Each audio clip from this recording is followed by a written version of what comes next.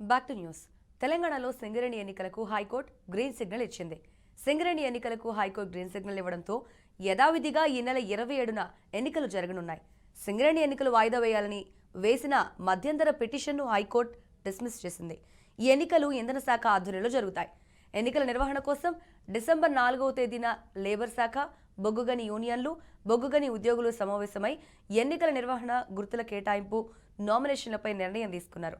దీంతో యూనియన్లు, కార్మికులు ఎన్నికలకు సిద్ధమయ్యారు. ఇంతలోనే ఇంధన శాఖ కోర్టులో కేసు వేసింది. ఇప్పటికిప్పుడు ఎన్నికలను నిర్వహించలేమని ఇంధన శాఖ అందులో పేర్కొంది. హైకోర్టులో 18వ తేదీన తీర్పు రావాల్సి ఉండగా 21వ తేదీకి వాయిదా పడి తీర్పు వెలువరించింది.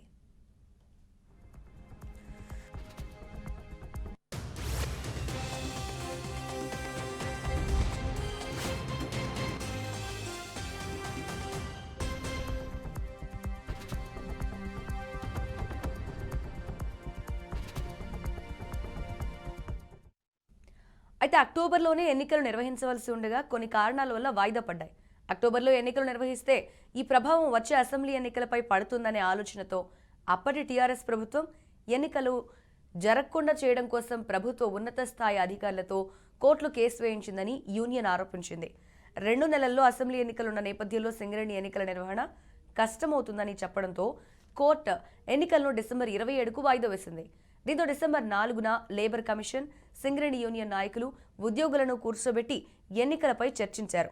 27న ఎన్నికలు జరుగుతాయని సర్వం సిద్ధమని చెప్పడంతో కార్మిక యూనియన్లు ఎన్నికలకు సిద్ధమయ్యాయి. కానీ మరో కేసు వచ్చి పడడంతో ఎన్నికలకు ఇబ్బందికరంగా మారింది. కాంగ్రెస్ ప్రభుత్వం సైతం ఎంపీ ఎలక్షన్స్ ముందు సింగరేణి ఎన్నికలు జరుగుతాయని చెప్పింది.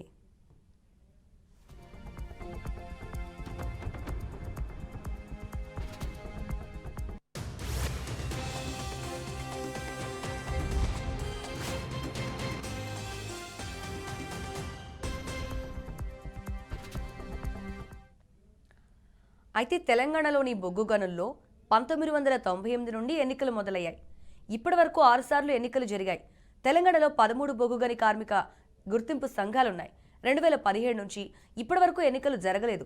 2019 వరకు కాలపరిమితి, అప్పటి నుంచి ఇప్పటి వరకు ఎన్నికలే జరగలేదు. ఇక 2003 వరకు 2 సంవత్సరాల కాలపరిమితి మాత్రమే ఉండేది.